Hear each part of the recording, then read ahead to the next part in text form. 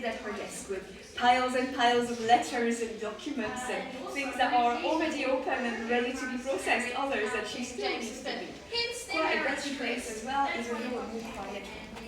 This, however, is also the last room we're going to see refurbished in the palace. This is the last room of the Queen's apartments. Next door, we are going to enter into the King's apartments, a completely different atmosphere altogether, because James V has because you see, when a unicorn goes into you like that, it could hurt you, but it could also do the opposite. Because in the Passion of Christ story, this is representing the second resurrection.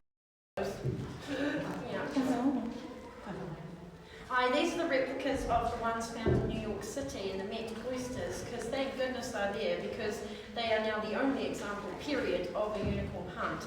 And we do know for a fact that James V had a unicorn hunt tapestry here, because we've got 3 inventories that have survived that list it. So one was from 1537 when they started to build the palace, and then when he died towards the end of 1542, so an inventory.